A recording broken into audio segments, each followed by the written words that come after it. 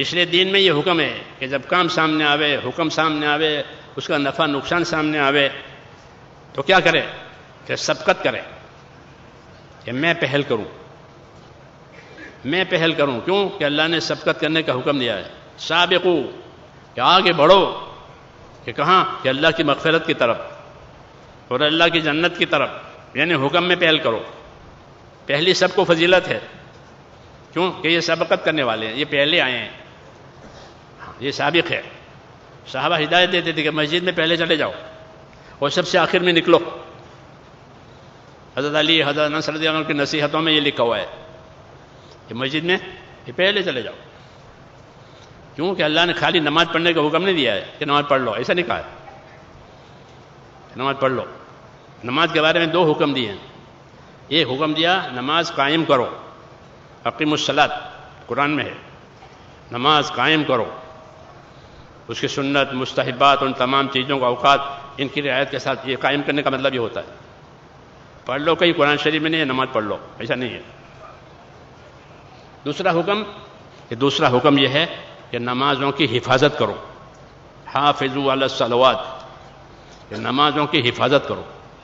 جیسے آدمی اپنے مال سامان کی حفاظت کرتا ہے، اپنے آل اولاد کی حفاظت کرتا ہے، ہاں کہ ان کو نقصان نہ ہو، ان کا نفع ہو، ان کو تکلیف نہ ہو، ان کو راحت ہو. حفاظت مشہور چیز ہے، کوئی نئی چیز نہیں ہے کہ اپنی عبادت کی حفاظت کرو. یہ نماز، یہ حکم ملے ہیں. پابند بھی بنو، حفاظت بھی کرو، اس میں آگے بھی رہو. یہ حکم ہے دین کے کاموں میں کہ استقامت کے ساتھ چلو. کیا مطلب کہ ایک بات ہدایت کی ملی ہے کہ ہم اس کے پابند ہو گئے. صحابہ کرام میں جو وصف تھا وہ اسی کا تھا. وہ کیا کہ اپنے آپ کو پابند بنایا. کوئی کسی کام پر منع کیا تو بس وہ منع ہی رہا، کبھی اس میں قدم ہی نہیں رکھا. ٹوکا آپ نے، کیسا کیوں کیا کہ بھائی آپ نہیں کریں گے، ختم. ایک آدمی آئے روایتوں میں، انہوں نے آ کر ڈکار لی، کھانا کھایا تھا تو ڈکار آئی. حضور نے ان کو تنبیہ کی کہ اکثر من جسائک، ارے کم کرو اپنے ڈکائیں، کم کرو ڈکاریں. تو وہ کہتے ہیں گھر میں اس وقت کھانا پک گیا تھا، سرید وغیرہ تو میں نے ذرا کھا لیا تھا، اس کی ڈکار آئی تو اس پر تنبیہ ہوئی. فرمایا 30 برس ہو گئے، پھر اس کے بعد میں نے پیٹ بھر کر نہیں کھایا. ایک تنبیہ ہوئی بس، کم کرو ڈکاریں. تو کہا 30 سال ہو گئے میں نے پیٹ بھر کر کبھی نہیں کھایا. کیوں کہ مجھے تنبیہ ہوئی تھی. یہ اصل دین ہے. اصل دین کیا کہ اللہ کے حکموں کو اللہ کی عظمت کے ساتھ ادا کیا جائے. اللہ کی منائی کو اللہ کی منائی سمجھ کر عظمت کے ساتھ اس سے بچا جاوے. اس کے لیے آدمی کو محنت ضروری ہے. جب محنت ہوگی اور محنت کی باتیں سنیں گے، فضیلت کی باتیں سنیں گے تو عظمت آئے گی. حکم کی عظمت آئے گی کہ یہ چیز حرام ہے. ہاں کہ حرام، کہ اللہ نے اس کو حرام کیا ہے. کہ حرام کیا ہے تو فرمایا، تو بتایا علماء نے کہ حرام یہ اللہ کی بارڈر ہے، یہاں کوئی نہ جاوے. بارڈر میں کوئی گھس نہیں سکتا. جو بارڈر میں گھس جاوے تو کہ بڑا گنہگار، بغیر اجازت کے، بغیر پاسپورٹ کے، بغیر ویزا کے. دنیا کی حکومت و قانون ہے کہ کسی نے بارڈر میں پاؤں رکھ دیا کہ بڑا جرم ہو گیا، چاہے اس کے دل میں کچھ بھی نہ ہو، لیکن اس نے بارڈر میں یہ بڑا جرم. پچھلے دنوں 2 یمنی آئے تھے، ابھی 3-4 سال پہلے کی بات ہے. تو ڈاکے گئے تھے بیچارے بھولے والے. تو یا سیر کرنے کے لیے یا کسی چیز کے لیے کہ ذرا تھوڑے سیر کریں گے، تو پہنچتے پہنچتے ہندوستان کی سرحد میں داخل ہو گئے بنگلہ دیش سے.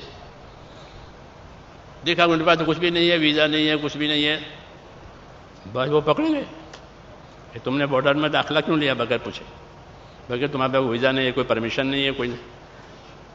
2 برس تک وہ روکے رہے اس جرم میں. کیوں کہ بارڈر میں داخل ہو گئے.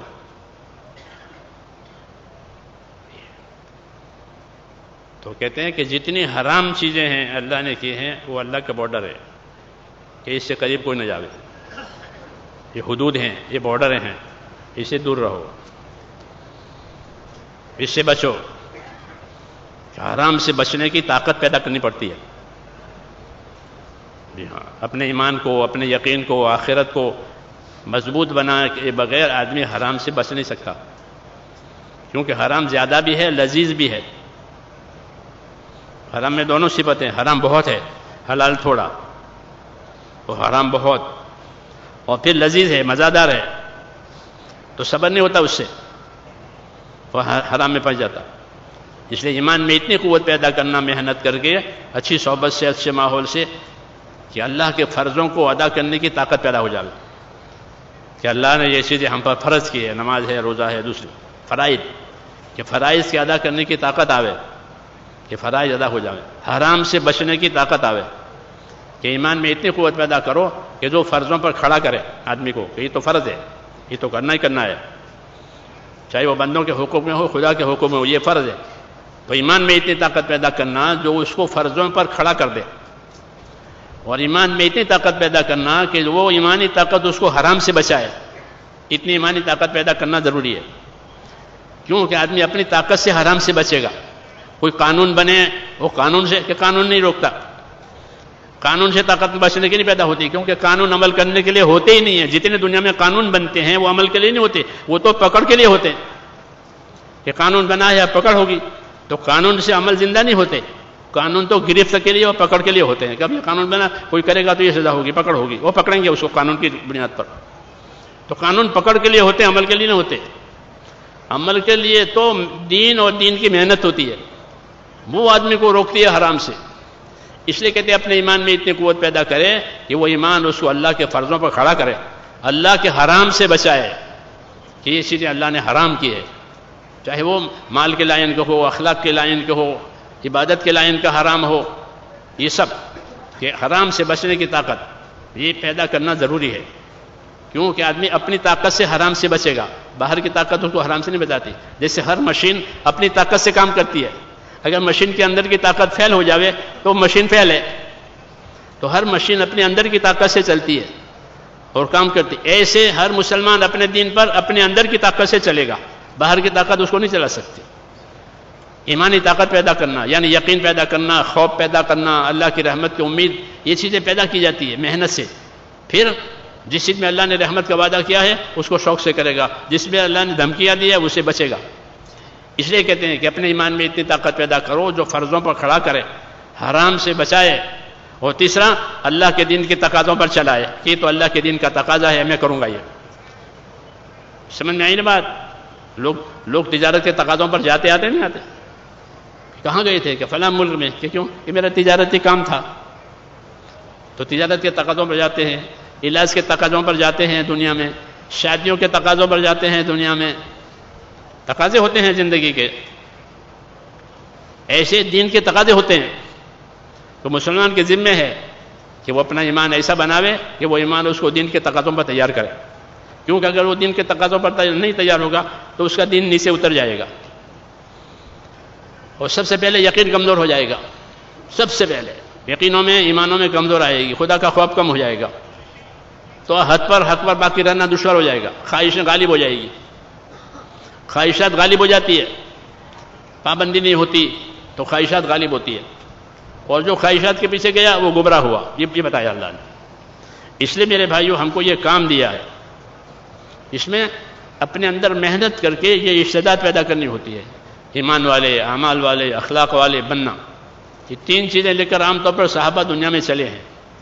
ایمان اپنا بنایا، ایسا ایمان بنایا جو حالات سے متاثر نہ ہونے دے، اور اپنے اعمال کی پابندی، کہ ان کا عمل دوسروں کے لیے عمل بنتا تھا۔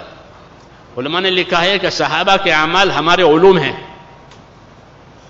صحابہ کے جو اعمال ہیں وہ ہمارے لیے علوم ہیں، تو وہ اپنے عملوں کو انہوں نے ایسا بنایا تھا، شریعت سنت اس کی روشنی میں، تو ان کے اعمال علم بن گئے ہمارے لیے، کہ حضرت عمر نے یہ کیا تھا، حضرت عمر نے یہ کیا تھا، ابو بکر نے یہ کیا تھا، ان کا عمل روشنی۔ تو ایمان، اعمال، اور تیسری چیز کہ اخلاق، اپنے اندر اخلاق پیدا کیے، لوگوں سے ہمدردی کرنے کے لیے، لوگوں کی رہبری کرنے کے لیے، لوگوں سے محبت کرنے کے لیے، کیونکہ ایمان والا محبت کرتا ہے، اور ایمان والے سے محبت کی جاتی ہے۔ المومن یالف ویولف، کہ ایمان والا خود ہی محبت کرتا ہے، ہاں، اور دوسروں سے محبت کرتا ہے، محبت کرنے والا ہوتا ہے، اور اس سے محبت کی جاتی ہے، ایمان کی وجہ سے لوگ اس سے محبت کرتے ہیں، ہاں۔ اور اس میں کوئی خیر نہیں ہے جس میں محبت نہیں ہے، کہ ایمانی محبت ہے، یہ کہ ایمان کی وجہ سے محبت ہے۔ اس لیے یہ کام ہے میرے بھائیوں، اس کو بہت ذمہ داری سے سمجھ کر کے کرنے کی ضرورت ہے۔ پھر اندر ایک بصیرت پیدا ہوگی، بصیرت، دعوت بصیرت کے ساتھ ہوتی ہے، بصیرت یعنی اندر ایک یقین کی کیفیت پیدا ہوگی، پھر وہ یقین جو ہے وہ قدم کو جمائے گا اور آدمی ترقی کرے گا اللہ کی طرف، اپنی قربانیوں کی وجہ سے، اپنی استقامت کی وجہ سے۔ اس لیے کہتے ہیں کہ اللہ نے ایک نعمت دی ہے، اس کو نعمت سمجھ کر اس کے پیچھے لگ جائیں، یہ نہیں کہ اس کو پیچھے ڈال دیں کہ نہیں اس کے پیچھے لگو، اس پر اپنے آپ کو ڈالو اور چلاؤ، پھر آگے کہ آگے اللہ کی مدد ہے، حالات آ جائیں تو دعا مانگو اللہ سے، کام کرتے ہوئے جو دعائیں مانگی جائے گی وہ دعا ضرور قبول ہوگی، کہ کام کرنے والوں کی دعائیں قبول ہوتی ہیں۔ اس لیے حال آنے کی وجہ سے دعائیں دی ہے کہ تمہارے پہ کوئی حال آوے تو اللہ سے دعا مانگو۔